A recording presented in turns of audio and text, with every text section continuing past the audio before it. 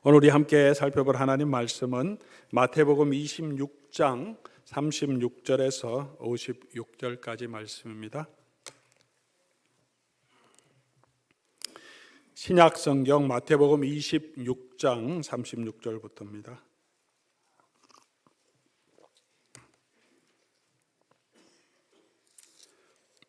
(26장) 마태복음 36절부터 제가 하나님 말씀 받들어 읽겠습니다.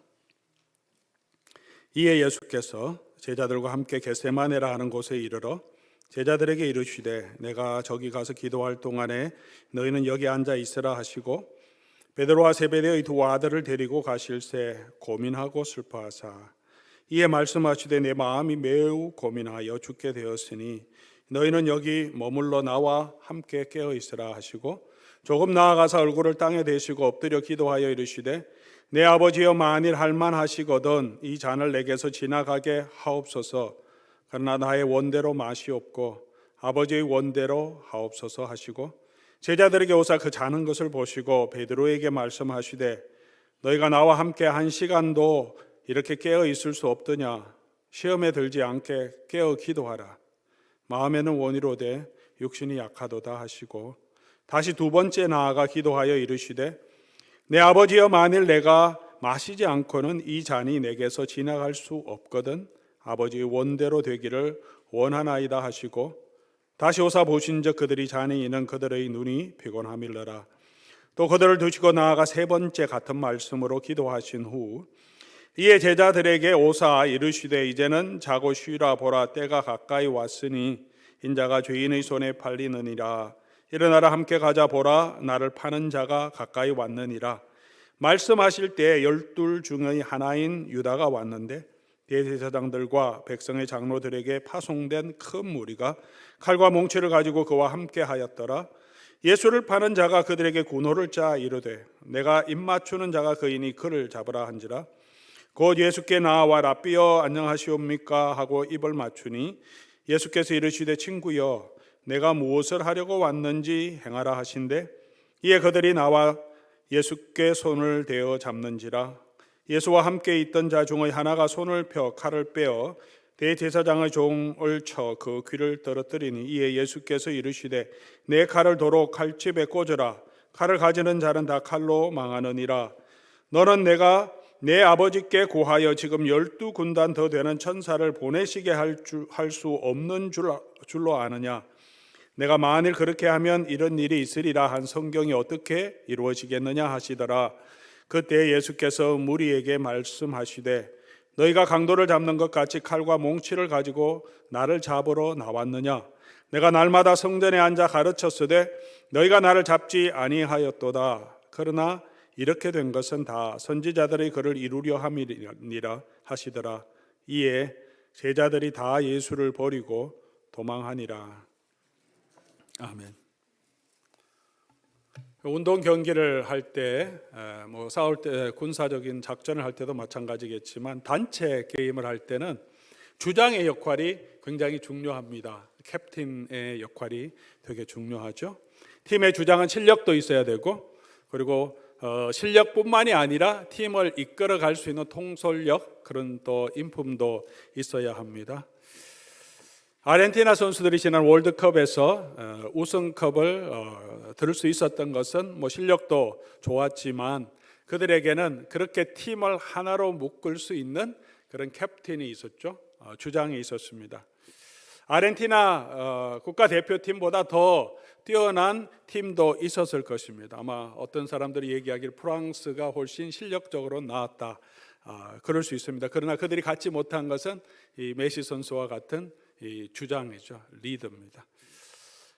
월드컵 후에 이 아르헨티나 선수들이 다 한결같이 말하기를 자신들이 월드컵을 얻고자 하는 그 마음보다 자기네 어떻게 되더라도 이 주장 메시가 월드컵 트로피를 한번 받게 해야 되겠다. 그것에 자기 모든 선수들이 다 올인하고 정말 몸이 쓰러지도록 끝까지 뛰었다. 다 그렇게 말합니다. 그런 리더가 있으면 그 팀은 행복한 것이겠죠. 저와 여러분의 인생에도 내가 바라보고 따를 수 있는 그런 리더, 캡틴 또는 스승이 있으면 참 행복한 사람입니다. 여러분 자라오시면서 우리가 학교 다닐 때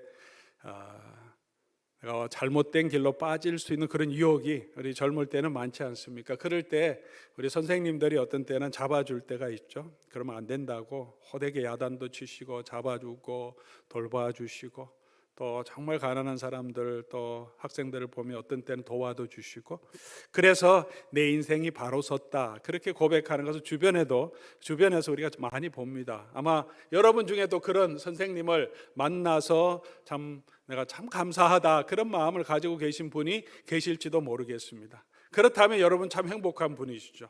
그분이 아니었으면 지금 여러분의 삶이 어떻게 되었겠습니까? 저도 목회를 하면서 우리 동료 목사님들 또 선배 목사님들 이렇게 만나 얘기하다가 나는 이런 멘토가 있다 그렇게 얘기하는 사람을 옛날부터 들을 때 참 부러웠습니다. 나도 그런 멘토가 있었으면 얼마나 좋았을까, 그런 아쉬움이 늘 있었습니다.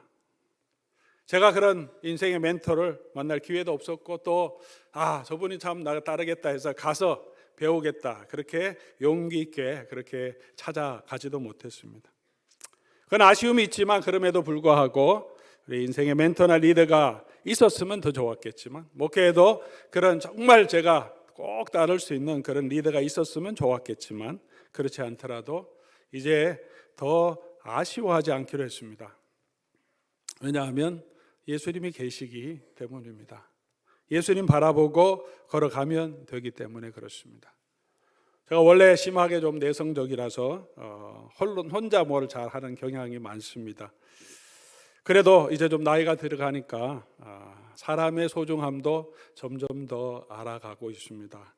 혼자서 다 할 수 없고 조금 더디더라도 같이 하는 것이 훨씬 쉽고 또 더 좋은 결과가 나온다는 것도 이제 조금씩 배워가고 있습니다. 그럼에도 불구하고 제가 기대고 의지할 수 있는 분은 예수님밖에 없음을 또 더 많이 깨달아 가고 있습니다. 사랑하는 교회 여러분, 제 삶에 제 목회에 어떤 인간적인 멘토가 없더라도 그렇게 후회스러운 것은 아닙니다. 예수님 바라보며 걸어왔고 또 그렇게 갈 수 있기 때문에 그렇습니다. 여러분 인생에 좋은 스승을 만나지 못했다면 아쉽지만 그래도 괜찮습니다. 우리 참 목자 되신 예수님이 우리에게 있기 때문에 그렇습니다. 좋은 아버지를 만난다는 것은 참 행복한 것입니다. 아마 여러분 세대에, 저희 세대에 우리 부모님들이 그렇게 이렇게 좋은 부모님으로 서주기가 굉장히 힘든 그런 역사적인 상황이 있습니다.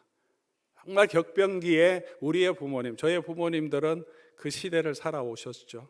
정말 어려운 가운데 살아오셔서 아이들 어떻게 돌보고 챙겨줘야 될지 살아가는 그 자체만도 힘든 세월들이었기 때문에 그렇지 못한 경우가 많고, 그래서 우리 부모님들에 대한 상처, 아픔이 있는 분들이 참 많습니다. 참 좋은 그 와중에도 참 자녀를 사랑하고 인격적으로 존중해 주는 그런 부모를 만났다면, 아버지를 만났다면 여러분 참 행복한 분이죠. 그렇지 못했더라도 저와 여러분에게는 이제 하늘에 계신 우리를 너무나 사랑하시는 하나님 아버지가 계시니 아쉬움에 너무 빠지지 말고 이 하나님 아버지의 사랑으로 우리의 못다 했던 우리의 상처들도 치유하며 하나님의 은혜를 누리시기 바랍니다. 좋은 배우자를 만나는 것, 좋은 남편을 만나는 것도 너무나 중요합니다.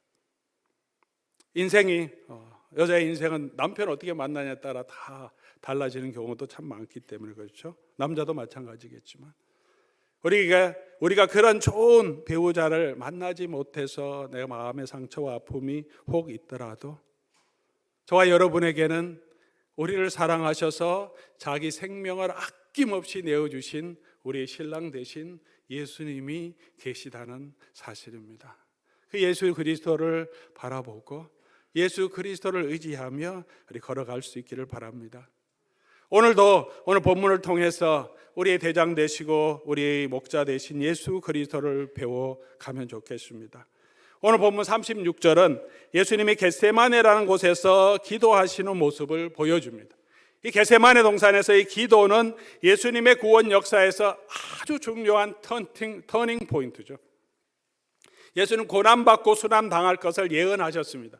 언제부터 이 고난으로 직접적으로 들어가게 됩니까? 이 순간이죠. 이때까지는 예루살렘에 올라오셨지만 직접적인 박해는 없었어요. 말로 공격은 있고 모함은 있었지만 이제까지 사역하셨던 갈릴리에서도 그런 공격은 있었죠. 그게 계속 이어져 왔는데 이제 잡히시는 그 순간이 바로 이 순간이죠. 고난으로 들어가는 터닝 포인트입니다. 구원 역사의 터닝 포인트, 바로 그 전에 예수님께서 하신 모습, 무엇을 하셨는지 우리에게 기록해 주고 있습니다. 예수님이 당하신 십자가의 고난은 예수님이니까 당연히 견디셨겠지, 그렇게 우리가 생각할 수 있지만 성경이 보여주시는 예수님은 우리와 성정이 동일하게 사람으로 이 땅에 오셨다고 말합니다. 그럼에도 하나님이시지만 오늘 본문도 그 예수님의 마음, 이 십자가의 고난 앞에 선 예수님의 마음을 우리에게 가감없이 예수님의 음성을 통해서 보여주시죠. 37절 예수님이 어떻습니까? 고민하고 슬퍼하사. 고민하고 슬퍼하사. 38절 이에 말씀하시되 내 마음이 매우 고민하여 죽게 되었으니. 우리가 많은 고민이 있으면, 고난에 있으면 이런 마음이 들죠. 막 죽을 것 같은. 예수님의 지금 마음은 그렇습니다.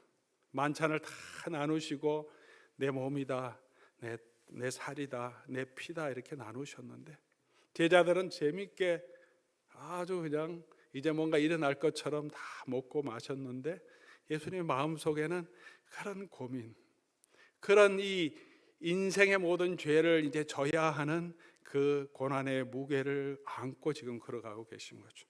고민하여 죽게 되었다. 근데 이 예수님께서 그런 십자가의 이 시련, 이 고난, 또 이 유혹을 어떻게 이기셨습니까? 오늘 본문은 그것을 보여줍니다. 그리고 예수님이 그렇게 하신 것뿐만이 아니라 제자들도 앞으로 지금은 부인하고 도망가지만 예수님 말씀하신 것은 앞으로 너희도 내가 마시는 이 잔을 마실 거다.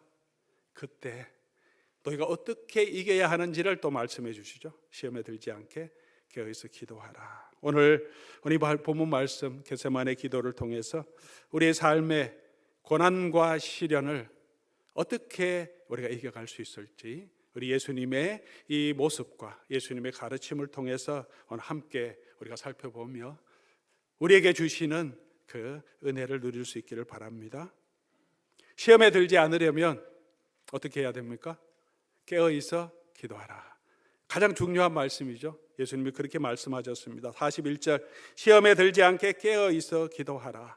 시험에 들지 않을 수는 없습니다. 우리가 이 땅을 살아갈 때 고난과 시련은 언제나 찾아오게 되어 있습니다. 시험에 들지 않게라고 하는 것은 시험에 들어가지 않고 우리가 그 시험과 고난에 들어가지 않고 이미 그 전에 구원을 얻기 위해서 그런 말이 아니죠.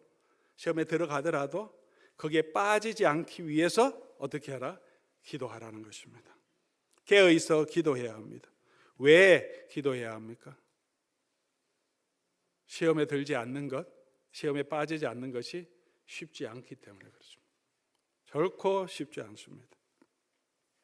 예수님에게 온 이 고난도 결코 쉬운 것이 아니었습니다. 우리가 그런 연약한 존재입니다.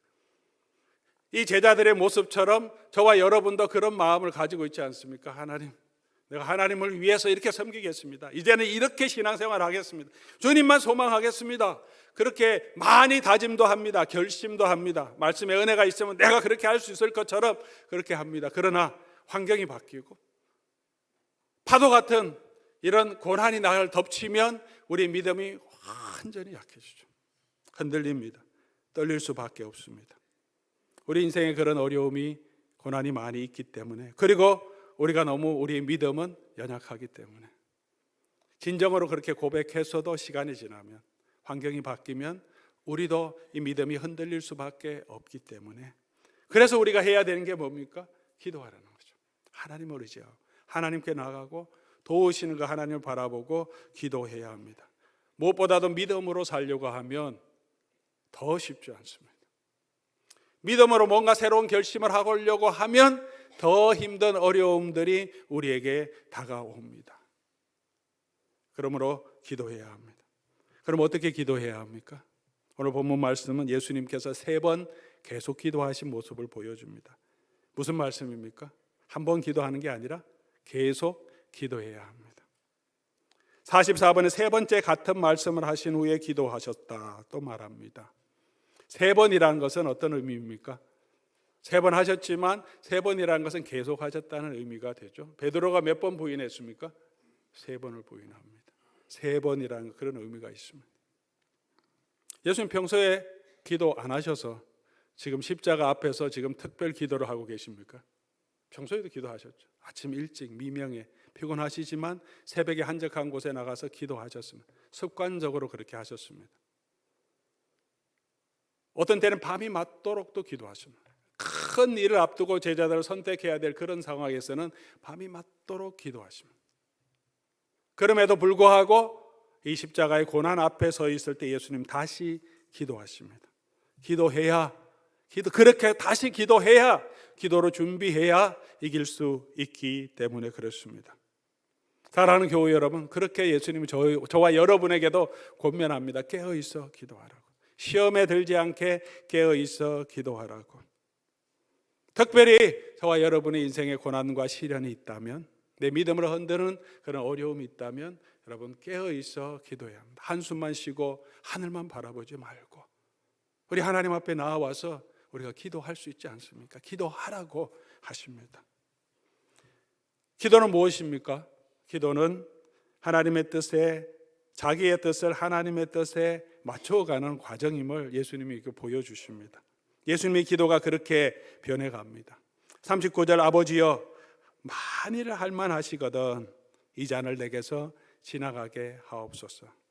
웬만했으면 예수님이 이렇게 기도하지 않으셨을 텐데 얼마나 심히 고민하고 죽게 되셨는데 이 잔이 지나갔으면 좋겠다. 그렇게 기도하십니다. 우리에게도 어려움과 힘듦이 있을 때 그런 기도가 있죠. 이거 좀 지나갔으면 좋겠다. 좀 피했으면 좋겠다. 아무리 생각해도 내가 감당할 수 있는 그런 힘이 없어 보일 때가 있습니다. 그런데 예수님은 그런 기도를 가지고 하나님 앞에 나아갑니다. 자기의 간구를 가지고 소원을 가지고 하나님 앞에 나아갑니다. 제발 하나님, 나로 하여금 이 잔은 마시지 않을 수 있으면 안 마시게 해주십시오. 그런데 기도 가운데 어떻게 합니까? 나의 원대로 마옵시고 아버지 뜻대로 되기를. 42절에 조금 더 바뀌죠. 두 번째, 만일 내가 마시지 않고 지나갈 수 없으면 아버지 원대로 되기를 원합니다. 저희도 우리 하나님 앞에 기도할 때 우리 마음의 소원을 가지고 가서 아뢰시기 바랍니다.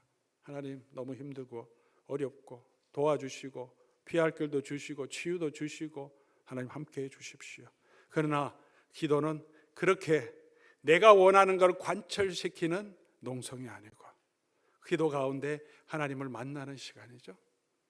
그 하나님께 우리에 있는 것을 토해내며 하나님의 위로함도 받고 하나님의 뜻도 깨달아가면서 그 하나님과 대화 가운데 하나님의 뜻을 점점 알아가고 그게 하나님의 뜻이라면 나로 하여금 그 뜻을 따라 살게 해주십시오라고 그 기도 가운데 박혀가는 거죠. 고난의 잔이라도 하나님께서 원하시는 것이라면 기꺼이 내가 하게 해 주십시오. 예수님 기도는 그렇게 바뀌어갑니다. 그런데 아마 저와 여러분이 다 아시겠지만 이게 이렇게 바뀌는 것이 너무나 쉽지 않습니다. 건강을 예로 들어서 우리 사랑하는 여러분의 병이 들었을 때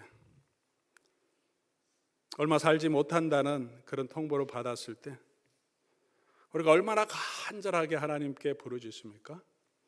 근데 그리 아니하실지라도 하나님, 내가 받아야 할 잔이면 내가 담담하게 주의 뜻에 순종하게 해 주십시오. 이렇게 기도하는 것이 쉽지 않습니다. 우리 자신의 생명이면 그렇게 할 수도 있겠죠. 근데 사랑하는 우리 가족들의 생명이면, 배우자와 아내의 우리 부모님이면, 특별히 우리 자녀들이 그런 질병을 가지고 지금 치유하고 있다면 하나님, 내가 이거 받아야 하는 잔이라면, 하나님의 뜻이면 너무 힘들지만 내가 그 뜻을 따라갈 수 있도록 하나님 나를 붙들어 주십시오. 그렇게 기도하는 것이 쉽지 않습니다. 내가 죽고 그리스도께 완전히 드리는 변화가 없으면, 하나님의 뜻에 완전히 내어놓는 것이 없으면 정말 힘든 거죠. 너무 힘든 겁니다. 내가 이때까지 살아왔던 모든 것이 지금 다 무너질 수 있는데, 그래도 이게 주님의 뜻이면 내가 하나님의 뜻을 따르겠습니다. 너무 마음이 억울하고 분해 죽겠는데, 괴로워하는데, 그래도 이게 하나님의 뜻이라면 내가 할 수 있기를 원합니다. 하나님의 뜻을 찾고 그 하나님의 뜻에 자기를 내어드립니다. 이 기도 가운데 예수님께서는 자신을 하나님에 드렸기 때문에 이 십자가의 고난을 이기실 수 있었던 거죠. 우리가 기도 가운데 내가 죽고 내가 그리스도께 온전히 드릴 수 있어야 우리 십자가의 고난, 우리 인생의 시련을 이겨갈 수 있습니다. 이 말씀을 하시고 46절 예수님이 일어나서 담담하게 말합니다. 일어나 함께 가자. 나를 파는 자들이 왔다. 일어나 함께 가자. 사랑하는 성도 여러분, 예수님께서는 그렇게 기도하시고 자신을 하나님의 뜻에 온전히 드리시고 우리를 향해 말씀하십니다. 깨어있어 기도하라고. 오는 주간 우리가 고난주간 특별 새벽 기도회를 또 합니다. 매년 하는 그런 행사이기는 하지만 우리에게는 언제나 신앙의 특별한 계기가 필요합니다. 연약해서 그렇습니다.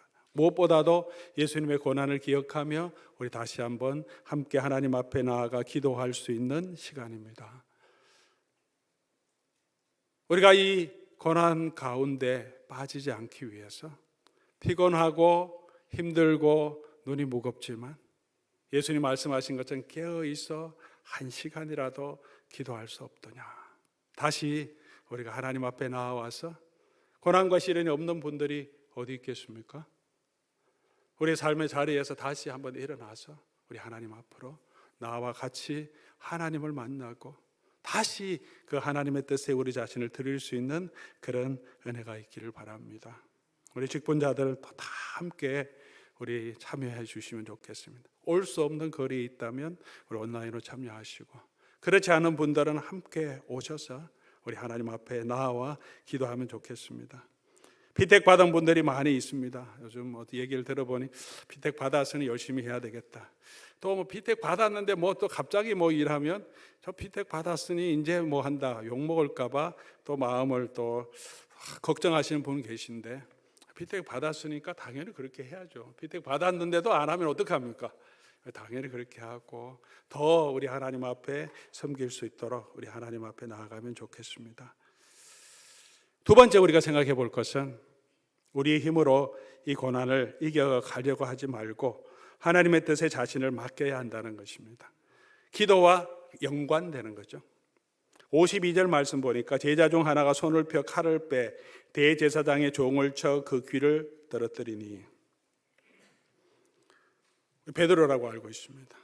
제가 오전 시간에 일부 시간에 갑자기 원고에도 없는 걸 갑자기 착각해서 베드로라고 기록이 안 돼 있다고 얘기했는데, 마가 요한이 호디불 입고 도망갔던 마가 요한아 이렇게 생각이 갑자기 혼동이 돼서 성경에 베드로가 쳤다 그렇게 기록되어 있죠. 중요한 것은 시험에 들지 않게 깨어있어 기도하라고 했는데, 기도하지 않으니까 제자들이 어떻게 합니까? 고난이 오니까 자기 힘으로 한번 이겨보려고 합니다. 이길 수 있는 것은 아니죠. 이미 많은 큰 무리들이 칼과 몽치를 가지고 지금 포위하고 있는데, 뭐 베드로든 아니면 12사람이 다 칼을 들고 나왔더라도 이길 수 있는 것은 아닌데, 그럼에도 불구하고 자기 힘으로 이 고난에 들어가지 않기 위해 자기도 그렇고 예수님도 그렇고 막아보려고 칼을 들고 싸웁니다. 그런데 예수님이 뭐라고 말씀하십니까? 52절에 내 칼 도로 칼집에 꽂으라. 칼을 가지고 가지는 자는 다 칼로 망한다. 이 말씀을 하시면서 예수님이 뭐라고 말씀하십니까? 하나님께서 우리가 당하는, 예수님이 당하는 이 고난을 제거해 줄 능력이 없으신 분이 아니라는 거죠. 예수님이 지금 힘이 없어서 잡혀가는 게 아니라는 거죠. 53절 분명하게 말씀하시죠. 내가 내 아버지께 구하여 지금 12군단 더 되는 천사를 보내게 할 수 없는 줄 아느냐?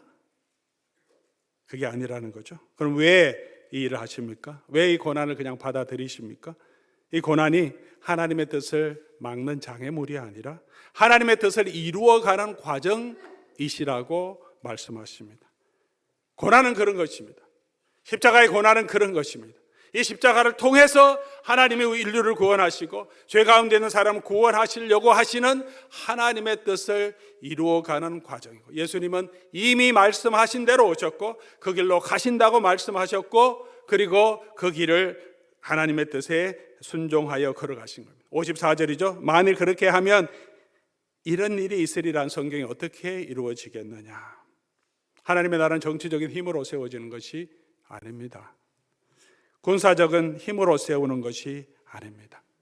우리의 힘, 우리의 능력으로 세우는 것이 아니고 돈으로 세우는 것이 아니고 하나님의 나라는 자기를 내어주는 희생으로 세워지는 것이고, 하나님의 나라는 섬김을 통하여 세워지는 나라입니다. 애벌레가 고치가 되는 과정을 거쳐야 나비가 될 수 있습니다. 오랜 움직이도 못한 죽음과 같은 이 커쿤, 고치 안에 들어 있어야 하지만 그 과정을 거쳐야 아름다운 나비, 하늘을 나는 나비가 될 수 있습니다. 고치에서 나올 때 힘들어하는 것이 보인다고 가위로 잘라줘서 내면 이 나비는 잘 날지 못하게 된다고 말합니다.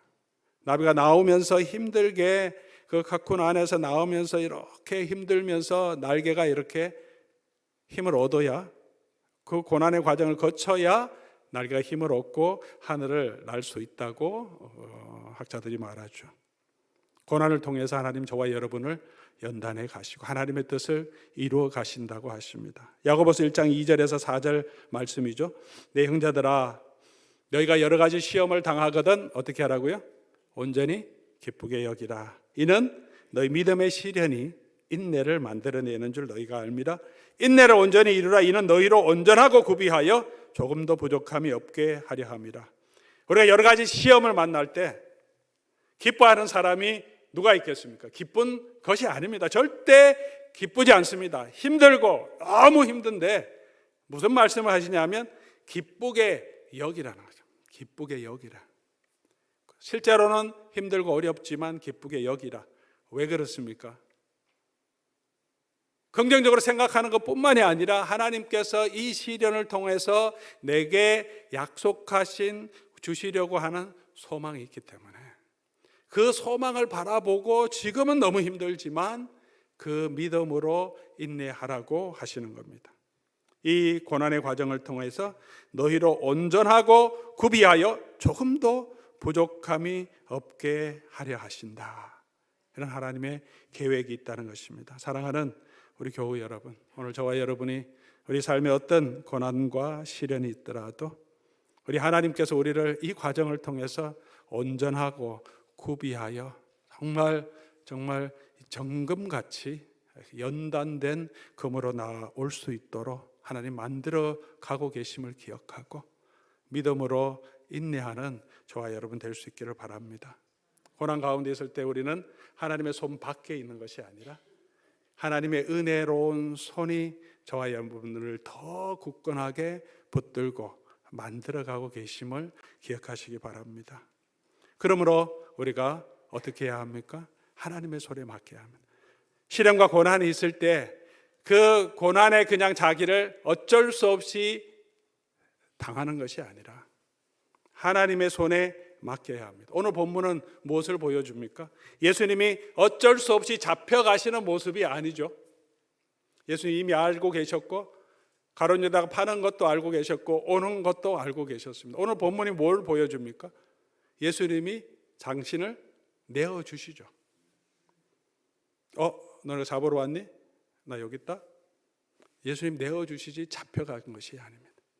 우리의 삶의 환경에 끌려가는 자가 아니라 그 삶의 환경에서 하나님의 뜻에 우리 자신을 내어주는, 하나님의 뜻에 맡기는 저와 여러분이 되기를 원합니다. 이 두 가지는 굉장히 다른 것입니다. 같은, 보기에는 똑같은 일인데, 같은 고난을 당하고 있는데 이 두 가지는 완전히 다른 것입니다. 어쩔 수 없이 그 고난 가운데 있으면 우리는 원망과 불평과 상처와 화가 우리에게 채워집니다. 그러나 동일한 환경이라도 하나님의 뜻인 줄 알고 하나님의 뜻에 맡기고 걸어갈 때 하나님은 그 과정을 통해서 역사하신 것을 보게 하시고 우리의 인격이 성숙되어서 정금같이 나오게 해주십니다. 성경은 그것을 믿음의 삶이라고 우리에게 말해주고 있습니다. 아브라함을 하나님 부르셨어요. 복을 주겠다고 부르셨는데 어디로 가라고 하십니까? 내가 내게 지시할 땅으로 가라. 하나님, 그게 어디입니까? GPS 찍어 주십시오. 그렇게 하지 않았죠. 성경은 갈 바를 알지 못하고 갔습니다. 본토, 고향이죠. 친척, 아버지 집을 떠나라. 본토는 뭡니까? 친척은 아버지 집이 뭡니까? 고대 세계에서 내가 나를 보호할 수 있는 울타리입니다. 우리 지역 사람들, 그리고 우리 가족들, 나의 모든 안정망이에요. 그것을 떠나라는 거죠. 그리고 어디로 가라고요? 하나님 복 주시겠다니까. 그럼 보여주시면 좋은데 어디로 가야 될지도 모르면서 나그네의 삶으로 부르셨습니다. 그런데 아브라함이 믿고 맡기고 하나님 뜻대로 따라가는 거죠. 요셉은 더하죠. 요셉은 하나님의 부르심도 받지 못했습니다. 그냥 형들의 하루아침에 형들에게 잡혀서 죽을 뻔하다가 노예로 팔려가 버렸습니다. 얼마나 속에 속상함이 있었겠습니까? 꿈이 있었지만 꿈으로 분명하게 보여주신 것도 아닙니다. 이게 왜 일어나는지도 모르는데 그런 환경에 떨어졌고, 그리고 그의 인생 가운데서 잘 되는가 싶더니 항상 좌절하는 경우가 3번 있습니다. 형들에게 배신당했죠.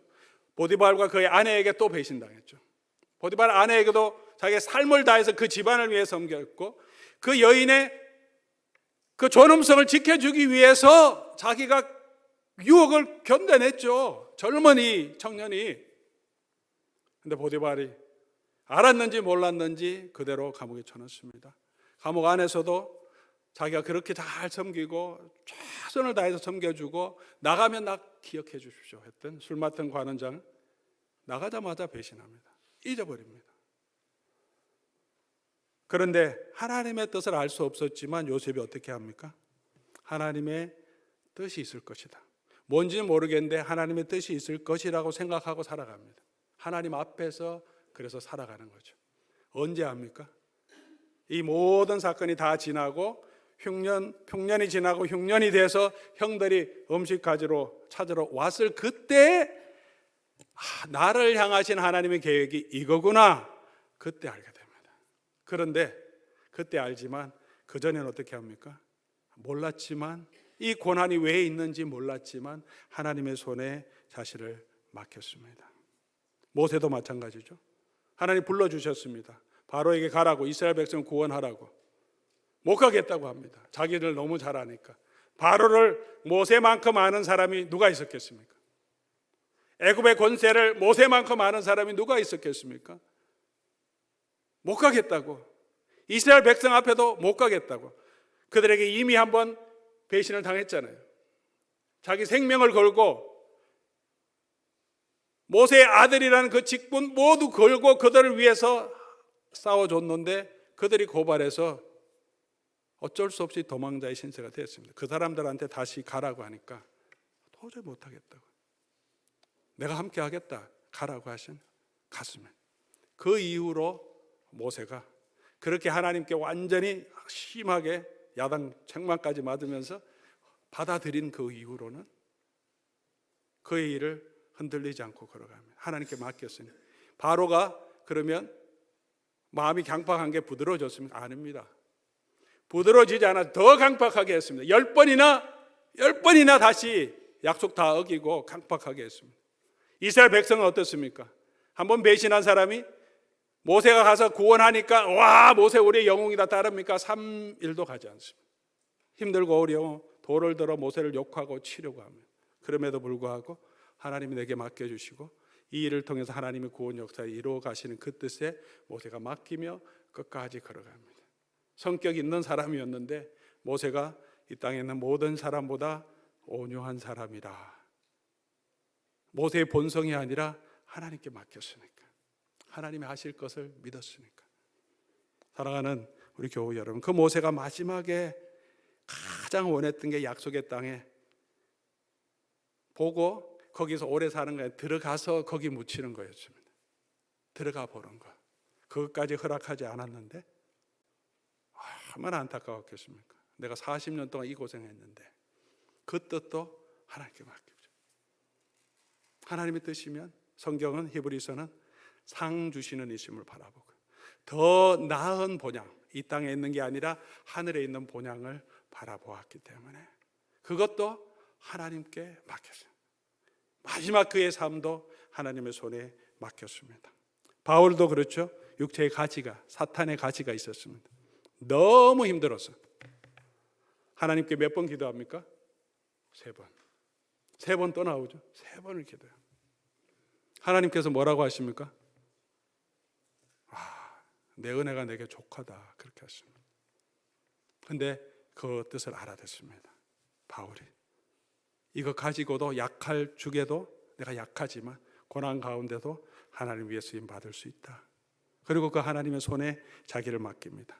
생이 끝날 때까지 그 가시 그대로 안고 살았지만 그에게 주어진 그 믿음을 지켜냅니다. 상 주시는 하나님을 바라보았기 때문에 하나님의 손에 자신을 맡겼습니다. 사랑하는 교우 여러분, 저와 여러분의 삶에도 하나님은 분명코 함께 하십니다. 우리 시련이 있고 고난이 있고 감당하기 힘든 이런 가시와 같은 것이 있을지라도 어쩔 수 없이 당하는 것이 아니라 하나님의 뜻이면 내가 하나님의 뜻에 내 자신을 드리는 저와 여러분 될 수 있기를 바랍니다. 그럼 주께서 우리의 인격을, 우리의 삶을 준비해 주시고 온전하고 구비하여 정말 믿음을 지킬 때 이 땅에서 하나님 영광 나타나게 하시고 하나님의 나라에서 하나님이 주시는 그 면류관으로 채워주실 것입니다. 그러므로 마지막 권면입니다. 버리지 말고 예수님을 떠나지 말고 끝까지 십자가까지 예수님을 따라야 합니다. 56절 말씀 보니까 기도하지 않았던 제자들 어떻게 됩니까?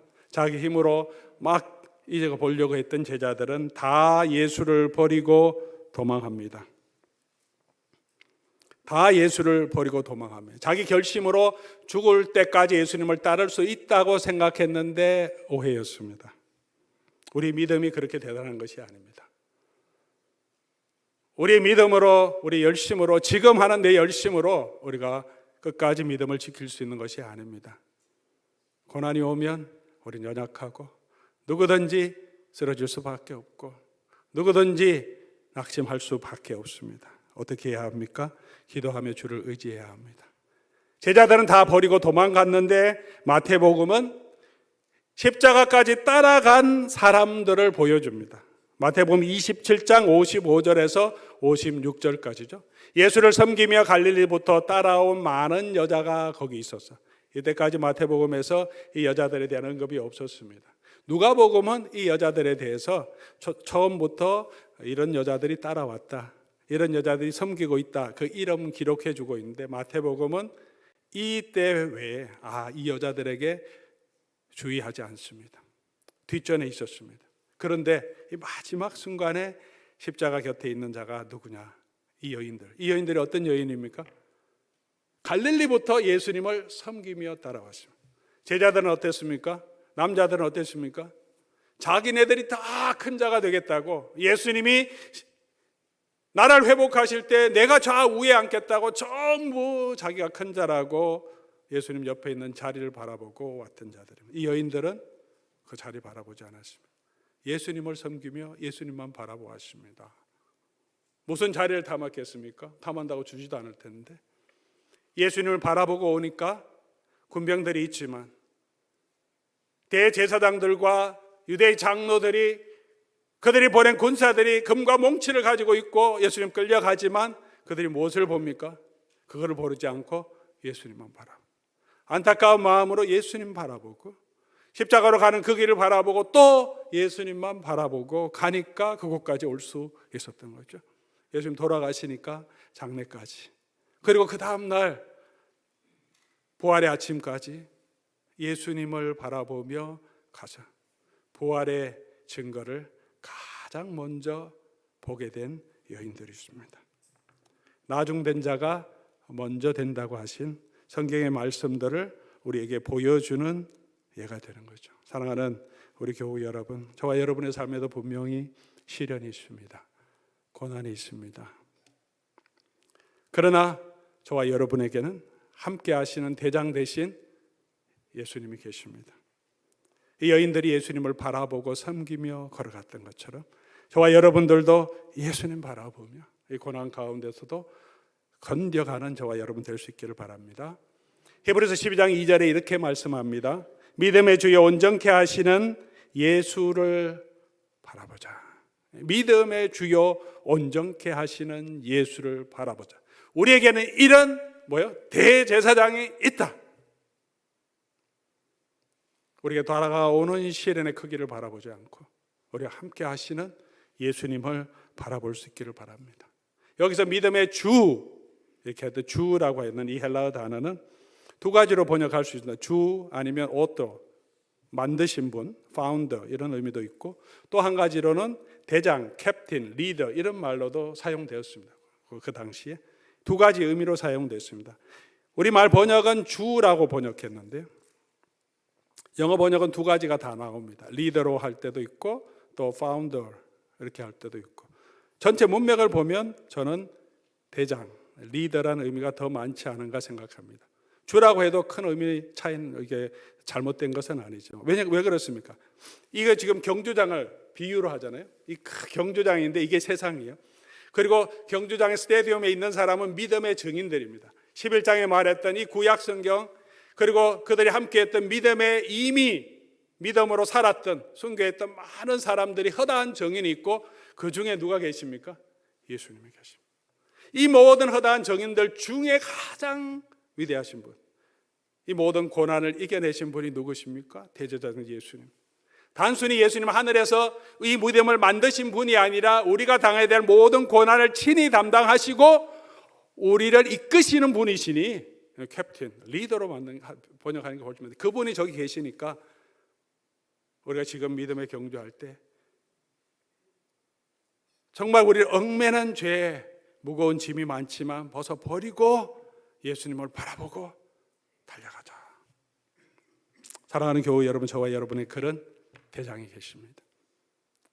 우리 믿음을 지켜주시는 그런 대장이 계십니다. 우리 모든 고난을 이미 짊어지시고 감당해 주신 정말 선하신 목자 되신 캡틴이 있습니다. 사망의 음침한 골짜기로 다닐지라도 주께서 그곳에 나와 함께 하십니다.